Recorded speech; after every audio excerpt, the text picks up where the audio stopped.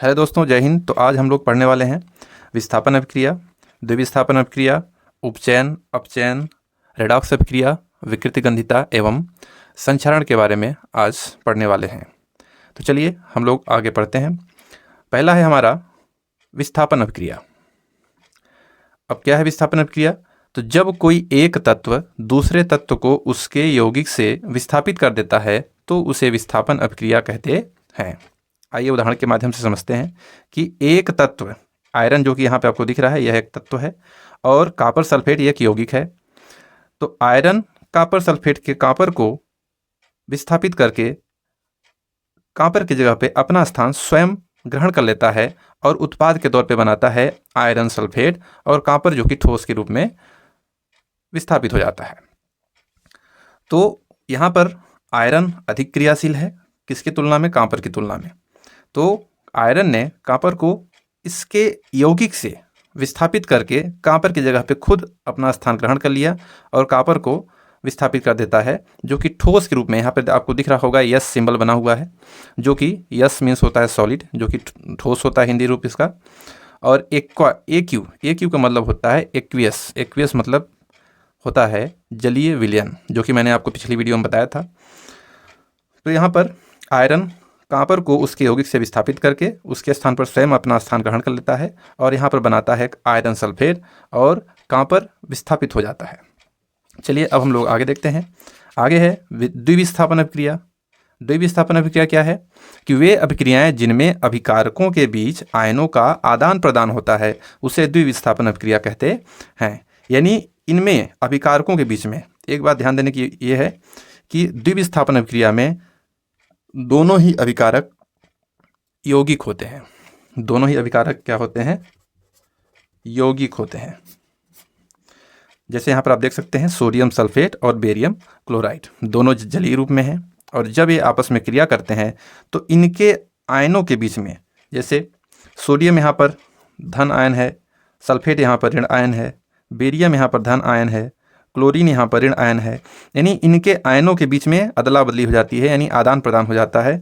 Sodium चला जाएगा barium की जगह पे और बेरियम आ जाएगा सोडियम की जगह पे। तो यहाँ उत्पाद के रूप में बनता है हमारा बेरियम सल्फेट और सोडियम क्लोराइड। तो वे अभिक्रियाएं जिनमें अभिकारकों के बीच आयनों का आदान प्रदान होता है उन्हें द्विविस्थापन अभिक्रिया कहते हैं, और इस अभिक्रिया में दोनों के दोनों अभिकारक यौगिक होते हैं। तो चलिए अब हम लोग आगे बढ़ते हैं। आगे है आपका उपचयन।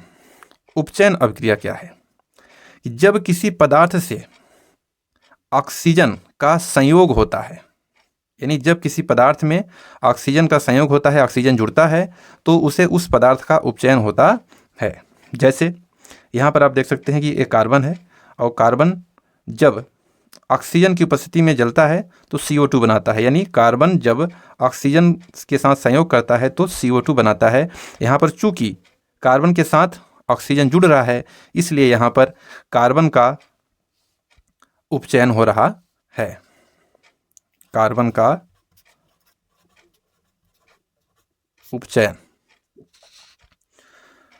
इसके बाद है अपचयन अभिक्रिया। तो दोस्तों ध्यान रखिएगा यहाँ पर कि उपचयन का जस्ट उल्टा अपचयन है। जैसे कि जब किसी पदार्थ से ऑक्सीजन का संयोग होता है तो उसे उस पदार्थ का अपचयन होता है, उपचयन होता है।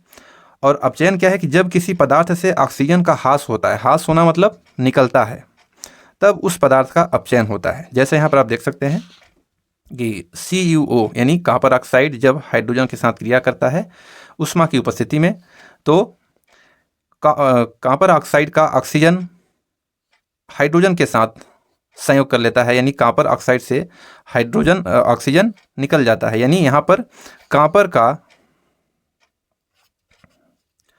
अपचयन हो जाता है। कॉपर का अपचयन हो जाता है। अगली अभिक्रिया है उपापचयन अभिक्रिया या रेडॉक्स अभिक्रिया। ये बहुत महत्वपूर्ण है। अब इसमें होता क्या है कि ये ऐसी अभिक्रिया है जिसमें उपचयन और अपचयन दोनों साथ साथ होते हैं। जैसे वे अभिक्रियाएं जिनमें एक अभिकारक का उपचयन होता है तथा दूसरे का अपचयन, वे उपापचयन या रेडॉक्स अभिक्रिया कहलाती हैं। यानी जब एक अभिकारक में उपचयन और दूसरे में अपचयन साथ साथ होता है एक ही अभिक्रिया में, तो ऐसी अभिक्रियाओं को हम लोग उपापचयन या फिर रेडॉक्स अभिक्रिया कहते हैं। आइए उदाहरण के माध्यम से देखते हैं। जैसे यहाँ पर है कॉपर ऑक्साइड और हाइड्रोजन जब आपस में क्रिया करते हैं तो यहाँ पर जो है कॉपर ऑक्साइड से ऑक्सीजन निकल करके हाइड्रोजन के साथ जुड़ता है, तो यहाँ पर बनता है उत्पाद आपका कॉपर और जल H2O। यहाँ पर देखिए ध्यान देने वाली बात यह है कि कॉपर ऑक्साइड से यानी जो इसके साथ ऑक्सीजन लगा हुआ है, यह ऑक्सीजन क्रिया के पश्चात निकल करके हाइड्रोजन के साथ जुड़ता है, यानी जिससे निकल रहा है ऑक्सीजन, जिससे निकल रहा है वो उसका होता है अपचयन और जिसके साथ जुड़ रहा है उसका होता है उपचयन। जैसे कि अभी हमने इधर अपचयन और उपचयन वाले में देखा है कि जब किसी पदार्थ के साथ ऑक्सीजन का संयोग होता है यानी जुड़ता है तो वो होता है उपचयन, और जब निकलता है तो अपचयन।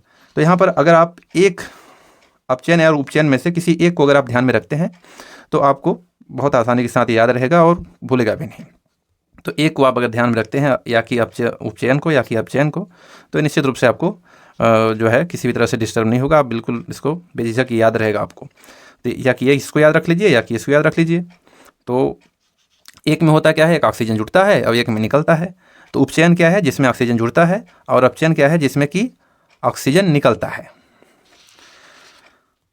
तो इस तरह से वे अभिक्रियाएं जिनमें अभिकारक का उपचयन होता है और दूसरे का अपचयन होता है वे उपापचयन या रेडॉक्स अभिक्रिया कहलाती है। तो यहाँ पर आप देख सकते हैं एग्जाम्पल के माध्यम से देख ही लिया है कि कॉपर ऑक्साइड से ऑक्सीजन निकल रहा है, इसलिए यहाँ पर कॉपर का अपचयन हो रहा है, और चूंकि हाइड्रोजन के साथ ऑक्सीजन जुड़ रहा है इसलिए हाइड्रोजन का यहाँ पर जो है उपचयन हो रहा है। तो यहाँ पर कॉपर का अपचयन हो रहा है और हाइड्रोजन का उपचयन हो रहा है। इसके बाद हम लोग आगे देखते हैं संक्षारण अभिक्रिया। संक्षारण क्या है? संक्षारण का मतलब होता है किसी भी पदार्थ का नष्ट होना, उसकी ऊपरी सतह का नष्ट होना संक्षारण कहलाता है। तो जब कोई धातु अपने आसपास अम्ल, आर्द्रता आदि के संपर्क में आती है तब वे संक्षारित होती है, इस प्रक्रिया को संक्षारण कहते हैं। तो जब कोई धातु अपने आसपास अम्ल, आर्द्रता आदि के संपर्क में आती है तब ये संक्षारित होती है, इस प्रक्रिया को संक्षारण कहते हैं। उदाहरण के तौर पे यहाँ पे आप देख सकते हैं, जैसे लोहा हो गया। लोहा को आपने देखा होगा कि लोहा लालिमा युक्त भूरा रंग उसका जंग होता है, लोहे का जो जंग होता है वो लालिमा युक्त भूरे रंग का होता है। चांदी के ऊपर आपने देखा होगा कि चांदी के ऊपर काली परत जम जाती है, चढ़ जाती है, जो कि उसका जंग होता है। तो ऐसा पूछा भी जाता है कभी कभार ऑब्जेक्टिव टाइप के क्वेश्चनों में कि लोहा का जो जंग होता है वो किस रंग का होता है, तो लालिमा युक्त भूरा रंग का। चांदी के ऊपर जो उसका रंग जंग होता है वो किस रंग का होता है, तो होता है काली परत, काले रंग का होता है। तांबे के ऊपर तांबे का जंग कैसा होता है, किस रंग का होता है, तो तांबे के ऊपर हरी परत का चढ़ना, यानी तांबे का जो जंग होता है वो हरे रंग का होता है। तो इन चीज़ों को आप लोग ध्यान रखिएगा, तो कभी अगर ऑब्जेक्टिव टाइप के क्वेश्चन में भी ऐसे सवाल पूछे जाते हैं तो आपसे जो है भूलेगा नहीं। तो लोहा का लालिमा युक्त भूरा रंग, चांदी के ऊपर काली परत का चढ़ना और तांबे के ऊपर हरे परत का चढ़ना। आइए देखते हैं आगे विकृति गंधिता। दोस्तों ये ध्यान रखिएगा कि ये जो है तेलीय या वसायुक्त खाद्य पदार्थों में होता है। तेल या वसायुक्त खाद्य पदार्थ उपचयित होना, अभी हमने आपको बताया है कि उपचयन में क्या होता है, ऑक्सीजन जुड़ता है। तो तेल या वसायुक्त खाद्य पदार्थ उपचयित होकर अपना स्वाद एवं गंध को बदल देते हैं, यह घटना विकृत गंधिता कहलाती है। विकृत मतलब होता है खराब होना, खराब होकर के जो गंध देने लगता है उसको विकृत गंधिता बोलते हैं।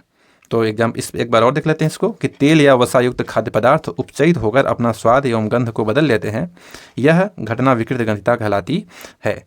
जैसे उदाहरण के तौर पे आप देख सकते हैं कि तेल या वसा में तले हुए खाद्य पदार्थ जैसे नमकीन, चिप्स आदि लंबे समय तक रखने पर उनका स्वाद एवं गंध अप्रिय हो जाता है, और चूंकि यह जल्दी खराब ना हो इसलिए इनको लंबे समय तक सुरक्षित रखा जा सके, इसलिए इनके पैकेटों में ऑक्सीजन की जगह नाइट्रोजन गैस को मिलाया जाता है। तो आज के वीडियो में इतना ही। धन्यवाद दोस्तों।